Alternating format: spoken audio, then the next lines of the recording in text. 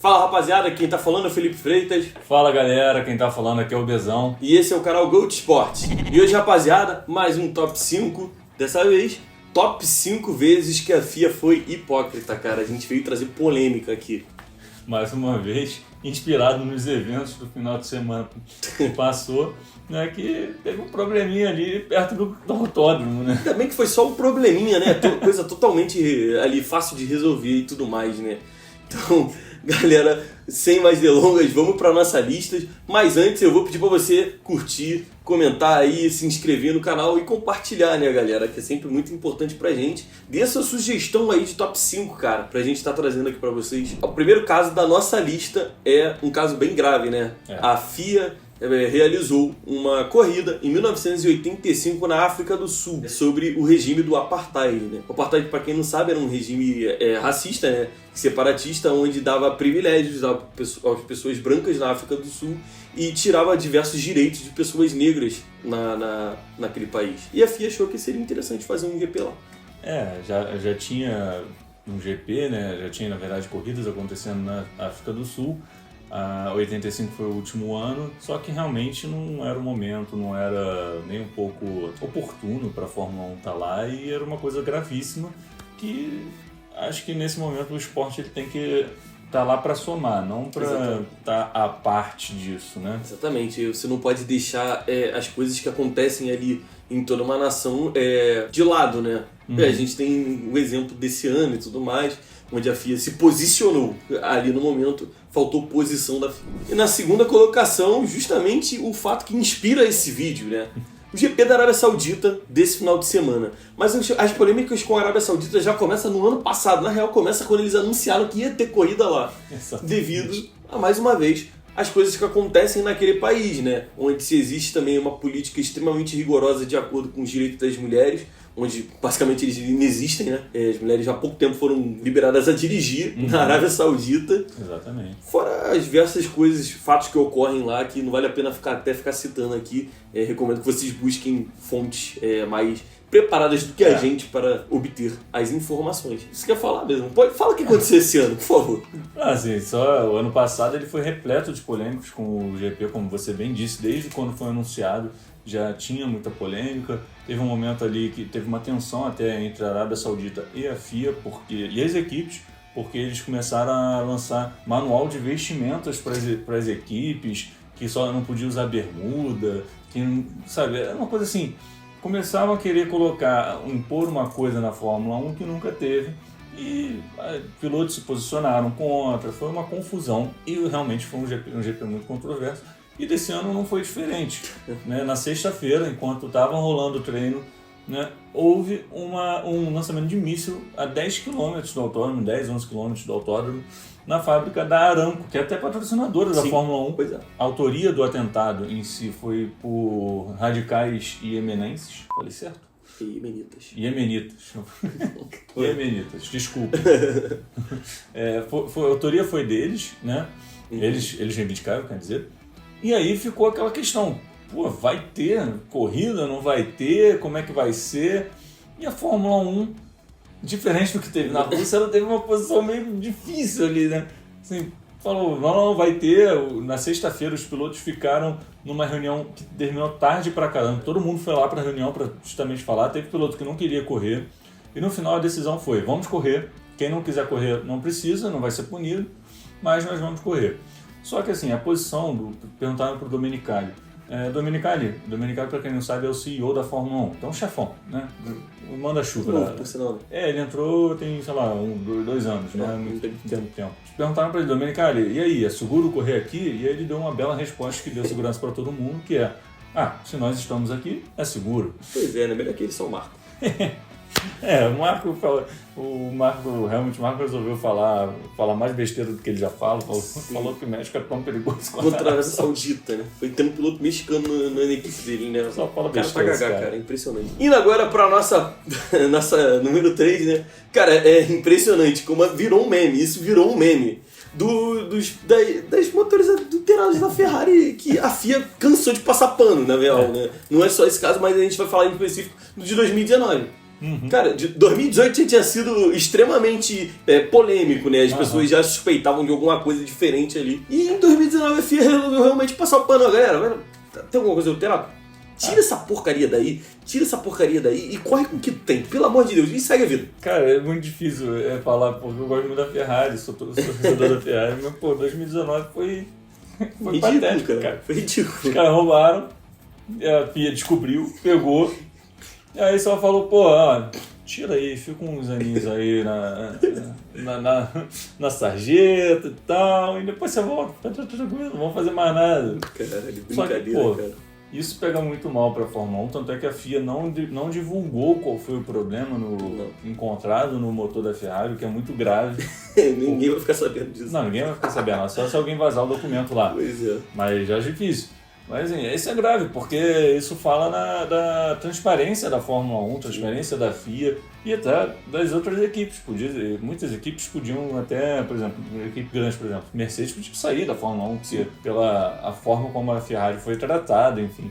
Então foi um momento ali também bem controverso da FIA. O nosso quarto item da lista é simplesmente uma das coisas mais bizarras que aconteceram na Fórmula 1. Pra quem não sabe, aconteceu um caso em 2008 envolvendo o piloto Nelson Piquet no caso, né? Ele é filho do tetracampeão mundial Nelson Piquet, e Fernando Alonso, junto com a equipe Renault num todo, né? Aí eles bolaram uma estratégia genial, onde o Fernando Alonso pararia na 12ª volta e o Nelson Piquet jogaria o carro no muro na volta seguinte, fazendo com que o safety car entrasse na pista, o Fernando Alonso continuasse na pista e todos os pilotos, obviamente, né, fossem fazer o pit stop para poder ir até o fim da corrida e tal, mudarem as suas estratégias.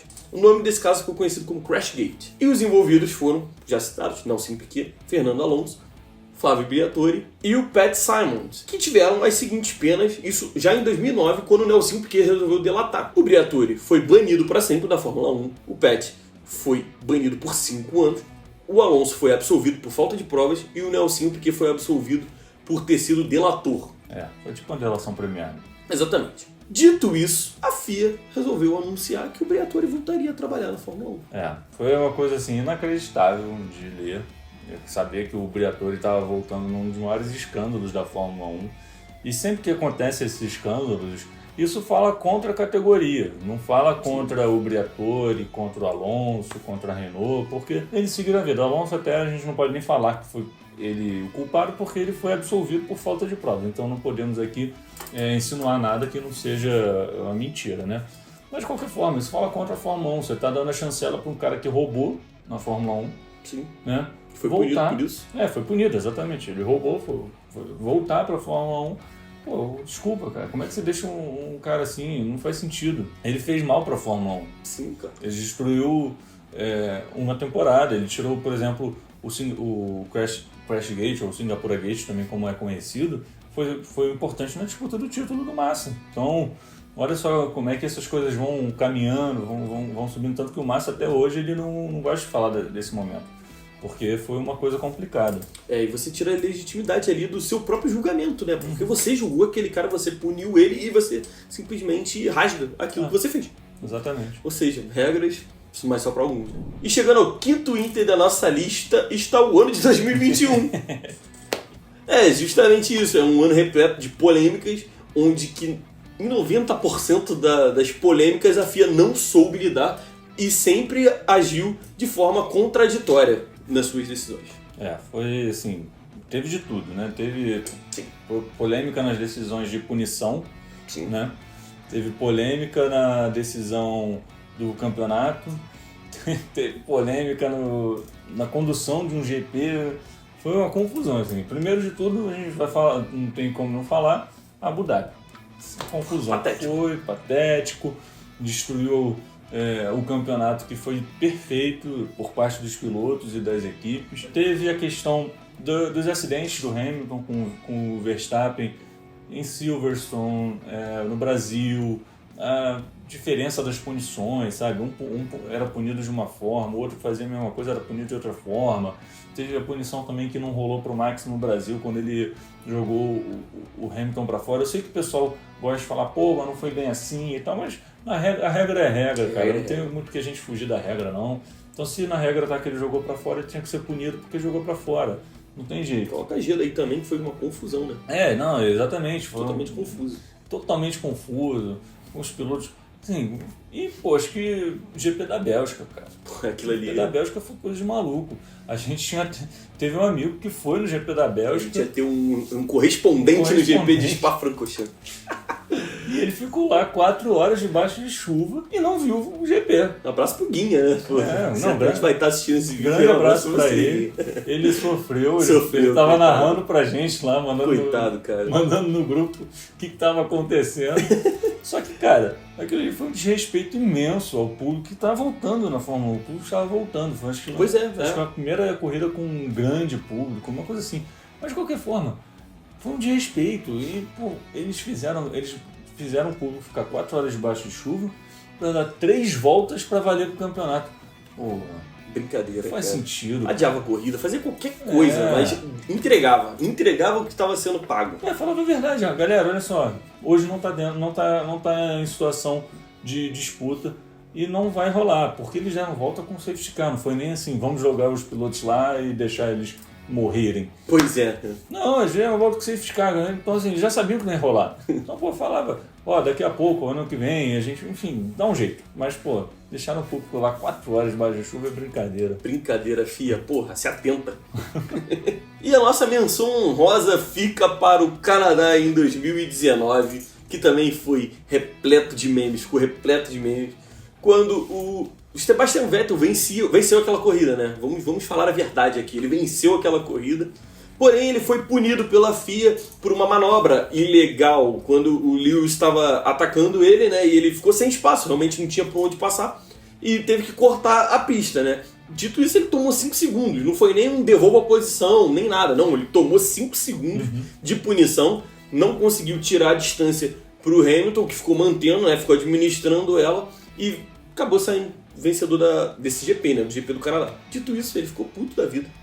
Foi lá, pegou a plaquinha lá que mostrava que o Hamilton era o primeiro e ele era o segundo e trocou as plaquinhas lá, extremamente injuriado. Eu nunca vi o Vettel tão bolado na minha vida. Não, essas punições que a FIA coloca às vezes de corte de pistas, espremer, o que aconteceu foi justamente isso. Eles estavam lá disputando a posição, o Vettel acabou ficando sem pista e espremeu um pouquinho o Hamilton na hora que voltou, mas claramente não foi algo intencional, não foi como, sei lá, por exemplo, o lance do Mazepin na Fórmula 2, acho que ele jogou o carro em cima do piloto que ia bater no muro, né? Como foi o Schumacher com o Barrichello também, que foi jogando o carro pro Barrichello ficar bem espremido no muro. Não foi um lance desse, foi um lance dele ter saído e infelizmente apertou um pouquinho o Hamilton, mas não foi nada demais. E aí a FIA foi lá e puniu, e eu lembro que tiveram outras questões que aconteceram que a FIA não puniu, então...